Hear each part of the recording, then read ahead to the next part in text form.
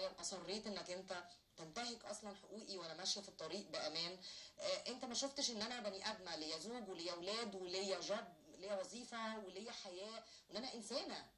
هو بص لي على اني انثى، جسد معدي على ظهرك مكتوب ست بالظبط، لكن هو ما شافش ان انا بني ادمه عندي عقل وبفكر. وموجوده في الشارع، المكان الشارع ده يجب ان يكون امن. دلوقتي معلش انا عايزه اقول حاجه بقى، انا حاسه ان الرجاله اشتروا الشارع في مصر، من اول البوابين قدام العمارات للناس اللي قاعدين قدام محلاتهم، للناس في المواصلات، الرجاله في المواصلات اللي ماشيين مفيش حد بيسلم، بنت بتسلم. انت بتدخلي القضيه في قضيه عامه، فكره العشوائيات اللي في الشارع منعكسه على كله قاعد، اللي قاعدين فاضيين، كل واحد بيقول كلمه للمعديه. طيب انا بشكرك جدا. احنا بنقول ان البدايه والنهايه من عند الست، من عند البنت. ده حقيقي. انك تصر انك تاخدي حقك. مش هنتكلم عن البيت والمدرسه والكلام اللي بنفضل نقوله ما بيعملش حاجه خالص.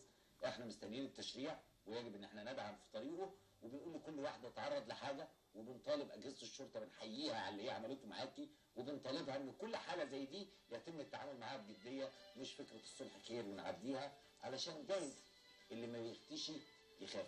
نورتيني. ميرسي. بشكركم، وغدا حلقه جديده من البيت بيتك. تصبحوا على خير.